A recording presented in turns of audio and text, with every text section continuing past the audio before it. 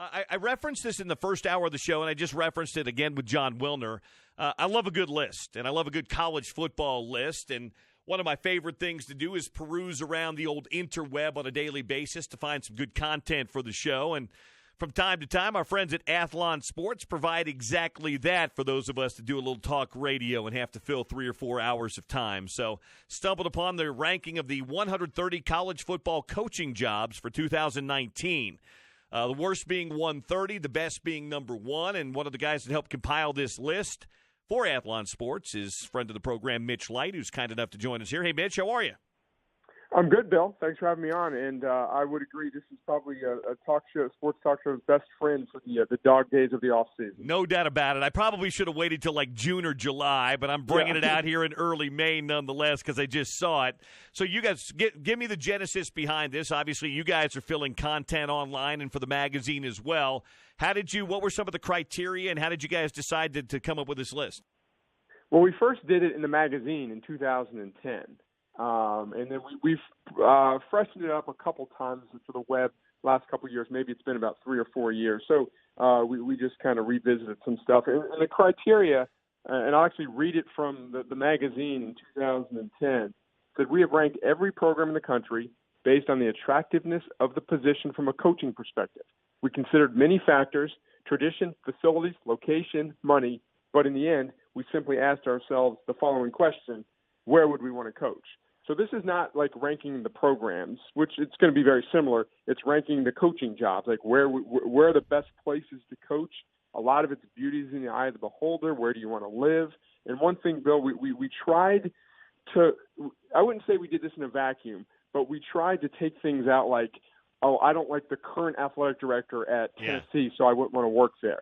But then we couldn't ignore things like Tennessee has dropped down our list in the past 10 years because there's a reason they haven't won in 10 years. It's because there's like an inherent chaos in the athletic department in the university. So if that made sense, we tried to do it in a vacuum as much as possible, but there's certain things we just couldn't ignore. Yet they're still at 16 on the list. It is, yeah, because it's a great place to watch a game. They have unbelievable facilities, unbelievable tradition. So just think where they'd be if they could get their act together. Yeah, they'd be probably top 10. Again, the worst place, the place you and how many guys? You and how many other guys on the staff, guys and gals on the staff voted on this thing? There was 3 of us. Okay. Stephen Lassner, who I believe you've had on the show, and then Braden Gall as well. So clearly none of the 3 of you guys will be getting the key to the city of Las Cruces, New Mexico anytime soon because you ranked New Mexico State as the worst college football job for 2019. Yeah, and they don't like me anyway because last year by accident we ran the New Mexico logo on the New Mexico State team page in our magazine, which you all know how people react to stuff like that. I got a lot of angry emails.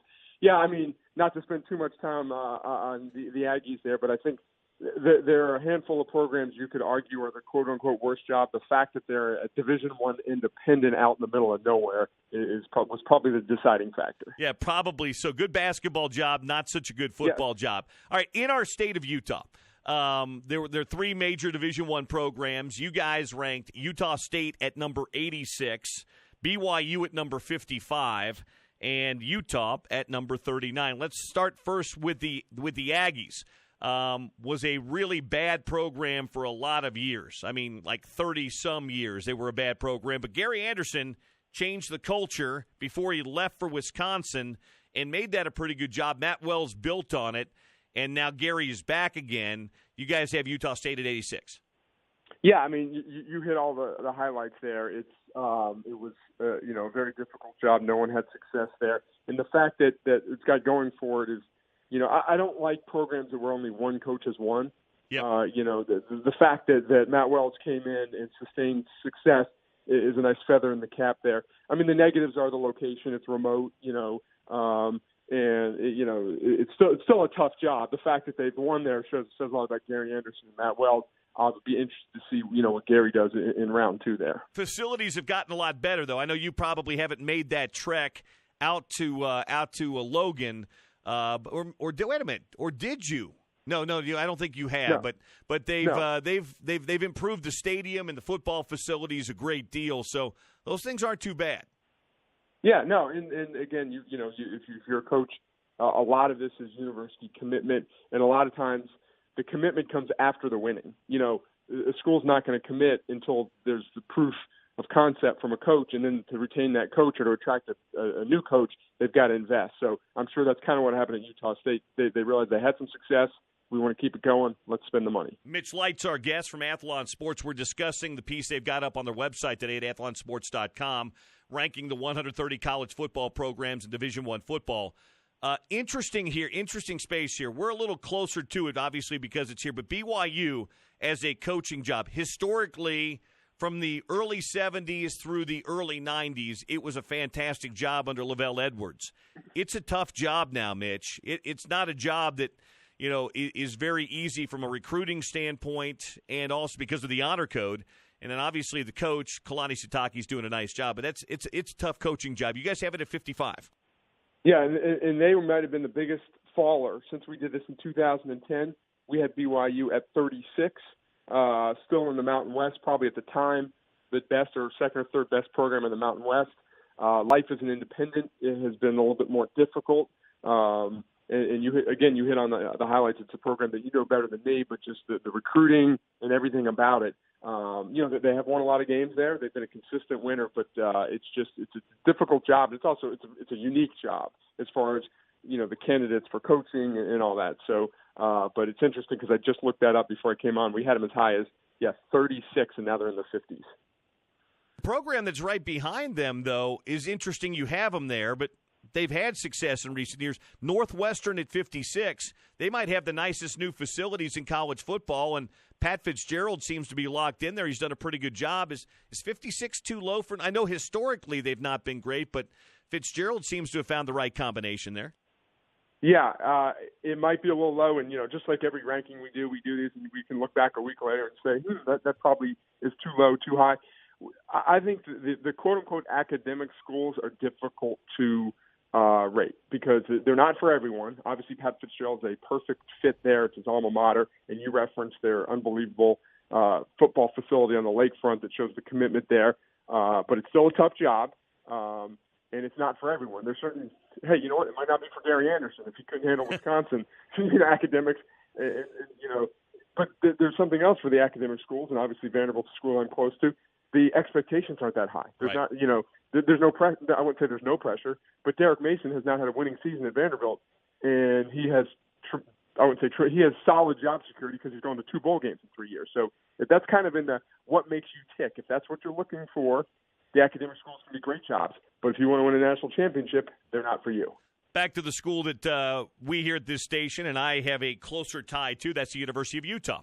And they crack at number 39 in this list. I'd be curious if you went back and looked, has Utah moved up over the last 6-7 years that you guys have been doing this? And where's the rationale behind number 39 this year? You know what? I was shocked. I wasn't going to say this unless you asked me. But Utah only went up 1 spot. We had them at 40 9 years ago. The rationale at the time was best job in the league or second best job in the league, where they were one of the best programs in the Mountain West and winning a lot of games. Then the transition to the Pac-12, like if we would have done this 5 years ago, they probably would be lower. But the fact that they proved they can get it done in the Pac-12, definitely kind of elevates their status. And I'm looking at our kind of our rankings here. One of us had Utah 6, someone had them 7th and 6th. So all 3 of us were kind of in agreement there.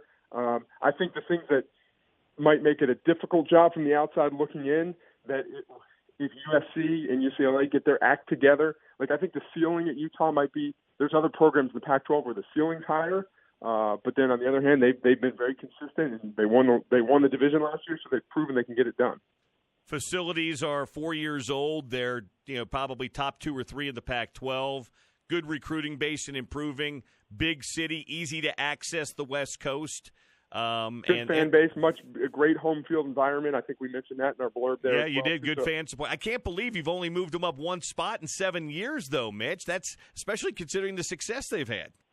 Yeah, and again, I think the rationale back then was top program in a league versus now middle of the pack in the league. So, hey, we might revisit this in 2 or 3 years, and we'll see what happens in the next few years. But could definitely see Utah continuing to climb up the food chain. It's like being the top program, the top golfer at a municipal golf course rather than being middle of the pack at the Augusta National.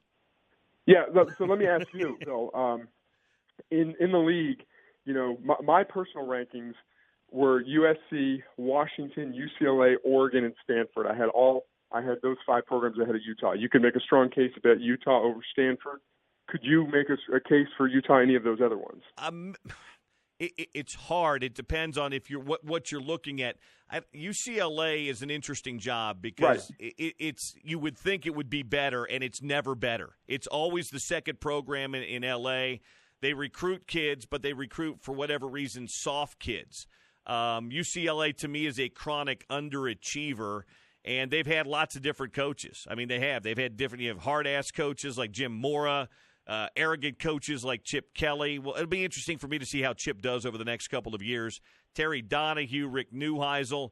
Nobody ever gets UCLA much past about an 8-win, maybe 9-win team in a given year. Their facilities are good. The one downside, they play in the Rose Bowl, but it's 45 minutes by car away from campus. So that's a little bit of a downgrade, but everything else is nice. It's always been a mystery to me why they're not better in football, but they're not.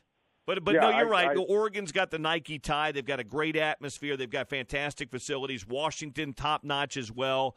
More tradition, more history. USC for sure as well. To me, when you're looking at the overall job and the accessibility to recruits, and you always hear coaches at Utah say this, once they get them on campus, once they've gotten them to Salt Lake City, it's an easier job. It's just to get them here to begin with. But I think the same could be said for Oregon, too. I think a lot of those kids don't know much about Oregon, then they get them there and they like it there. Yeah, and it's the Pac-12. I'm always fascinated, kind of slightly off topic. I'm always fascinated by the Arizona State. And you might have more insight being a Pac-12 school. To me, those schools.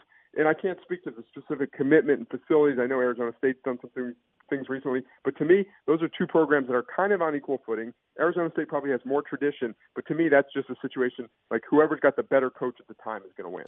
I would have probably maybe even swapped Utah and Arizona State. It's about 5 spots. But they don't have a fan base that cares very much down there about it. They're lost in Phoenix, in Salt Lake City. Yeah. Utah football is just a notch below probably the Utah Jazz in this market, and then it's probably BYU after that now. But Utah's usurped that program here. ASU, it's a party school. It's a great weather. The recruiting's okay. Facilities have gotten a little bit better, but the fan base doesn't care, and the market itself really doesn't care much either. So I'd probably flip Arizona State and Utah, but I'm not claiming Utah should be a top 25 or anything like that. But, the overall position I think has gotten a lot better, especially in the last 3 or 4 years of the Pac-12 conference with the newer facilities and things like that. Yeah, and you mentioned something about, market size and all that, which is another thing that some coaches, like James Franklin, a coach that I know well from his time at Vanderbilt, he wants to be number one in his market. He wants all the media attention. Chris Peterson doesn't.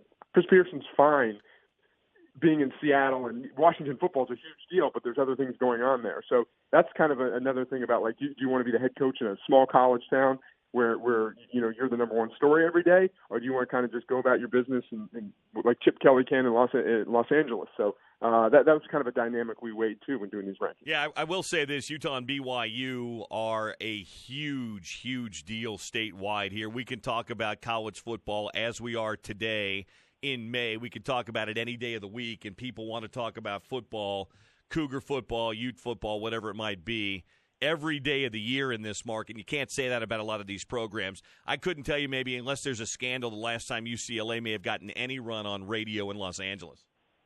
Yeah, that's I'm sure the ticket office doesn't like that, but I'm sure Chip Kelly doesn't mind not having to go on the radio every week or have 15, 20 media members at practice every day. Until he gets them good, then he's going to want the attention, and he still won't get it.